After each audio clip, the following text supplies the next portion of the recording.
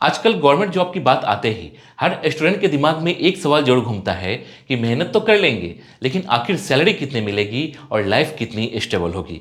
क्योंकि रियलिटी ये है कि जॉब का अट्रैक्शन सिर्फ यूनिफॉर्म या नेम से नहीं, बल्कि मंथली इनकम और फ्यूचर सिक्योरिटी से भी तय होता है। हेलो फ्रेंड्स, मैं हूं सुदर्शन प्रकाश और आप देख रहे हैं यूट्यूब चैनल गुरु चकाचक। दोस्तों, आज की इस वीडियो में हम समझने वाले हैं कि रेलवे ग्रुप डी में सैलरी कितनी मिलती है, बेसिक पे क्या होती है, अलाउंसेज कितने मिलते हैं, इन हैंड सैलरी कितनी बनती है, प्रमोशन के बाद इनकम कैसे बढ़ती है, फ्यूचर स्कोप कितना स्ट्रांग रहता है, ताकि वीडियो के एंड तक आपके मन में सैलरी को लेकर कोई भी कंफ्यूजन न बचे और आपको रियल पिक्चर समझ आ जाए। सबसे पहले एक बेसिक क्लियर कर लेते हैं कि रेलवे ग्रुप डी की जॉब 7th पे कमीशन के अकॉर्डिंग पे लेवल 1 में आती है। और इसका मतलब ये हुआ कि स्टार्टिंग बेसिक पे लगभग 18,000 रुपए के आसपास होती है। लेकिन बहुत सारे स्टूडेंट्स यही गलती कर देते हैं, क्योंकि वो सोचते हैं कि सिर्फ 18,000 ही सैलरी बचेगी, जबकि रियलिटी इससे थोड़ी अलग होती है। क्योंकि बेसिक पे के ऊपर कई तरह के अलाउंसेज भी जुड़ते हैं जो फाइनल सैलरी को काफ़ी बढ़ा देते हैं। अब बात करते हैं अलाउंसेज की। तो रेलवे एम्प्लॉय को डियरनेस अलाउंस यानी डीए मिलता है, जो टाइम टू टाइम गवर्नमेंट बढ़ाती रहती है। और इसके अलावा हाउस रेंट अलाउंस यानी एचआरए भी मिलता है, जो आपकी पोस्टिंग सिटी के हिसाब से अलग अलग हो सकता है। जैसे एक सिटी में ज़्यादा और जेड कैटेगरी सिटी में थोड़ा कम। इसके साथ ही ट्रांसपोर्ट अलाउंस भी मिलता है, जो डेली ट्रेवल के खर्च को कवर करता है। और यही 3 मेजर अलाउंसेज मिलाकर आपकी टोटल सैलरी को स्ट्रॉन्ग बनाते हैं। अगर अप्रॉक्स कैलकुलेशन की बात करें तो रेलवे ग्रुप डी की इन हैंड सैलरी ज़्यादातर केसेज में 22,000 से 28,000 के रुपए के बीच में बन जाती है। हालांकि ये अमाउंट आपकी पोस्टिंग लोकेशन, डिडक्शन और अलाउंसेज पर डिपेंड करती है। अब कुछ स्टूडेंट ये भी पूछते हैं कि क्या सिर्फ बेसिक वर्क ही करना पड़ता है या एक्स्ट्रा ड्यूटी पर एक्स्ट्रा पेमेंट भी मिलता है।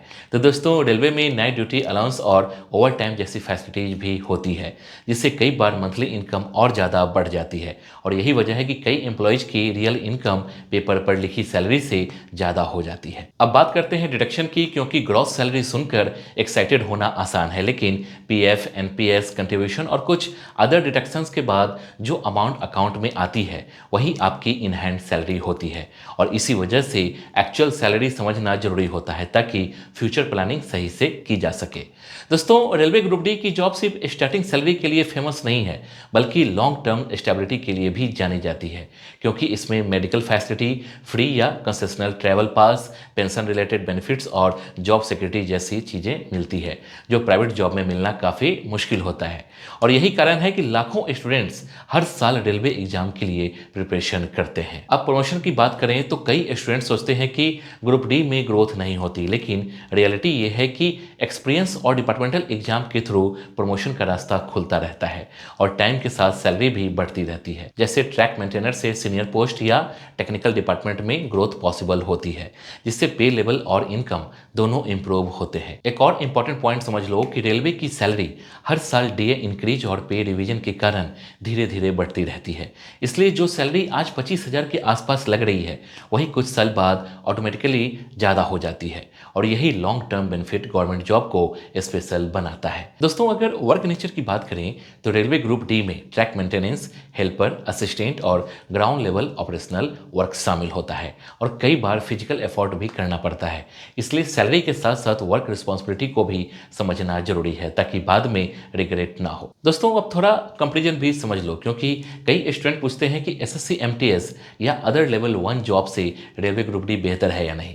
तो दोस्तों, रेलवे में अलाउंसेज और एक्स्ट्रा फैसिलिटी ज़्यादा होने की वजह से ओवरऑल पैकेज कई बार स्ट्रांग महसूस होता है। और रूरल बैकग्राउंड से आने वाले स्टूडेंट्स के लिए यह जॉब एक स्टेबल करियर बन सकती है। अब एक और सवाल जो बार बार पूछा जाता है वो कि ट्रेनिंग पीरियड में सैलरी मिलती है या नहीं।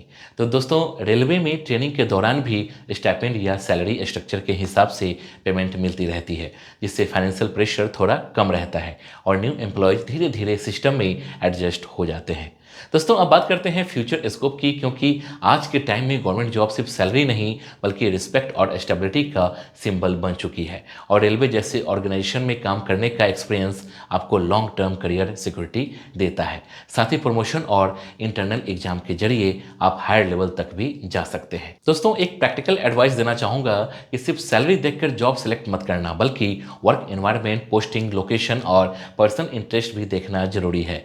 क्योंकि जॉब वही अच्छी लगती है जिसमें आप लॉन्ग टाइम तक कंसिस्टेंट रह सको और स्ट्रेस कम महसूस हो।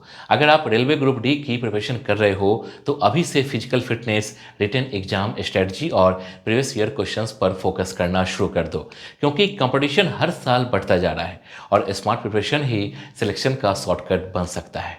ओवरऑल देखा जाए, रेलवे ग्रुप डी की स्टार्टिंग सैलरी भले ही कुछ प्राइवेट जॉब्स जितनी हाई ना हो, लेकिन अलाउंसेज, प्रमोशन, ग्रोथ और गवर्नमेंट बेनिफिट्स मिलाकर यह जॉब लॉन्ग टर्म में काफ़ी स्टेबल और सेफ करियर ऑप्शन बन जाती है। और यही कारण है कि छोटे शहरों और रूरल एरियाज के स्टूडेंट्स के बीच इसकी डिमांड हमेशा हाई रहती है। तो दोस्तों उम्मीद करता हूँ कि आज की इस वीडियो के बाद रेलवे ग्रुप डी सैलरी को लेकर आपका डाउट पूरी तरह क्लियर हो गया होगा और अब रियल नंबर्स और रियलिटी के साथ डिसीजन ले पाओगे।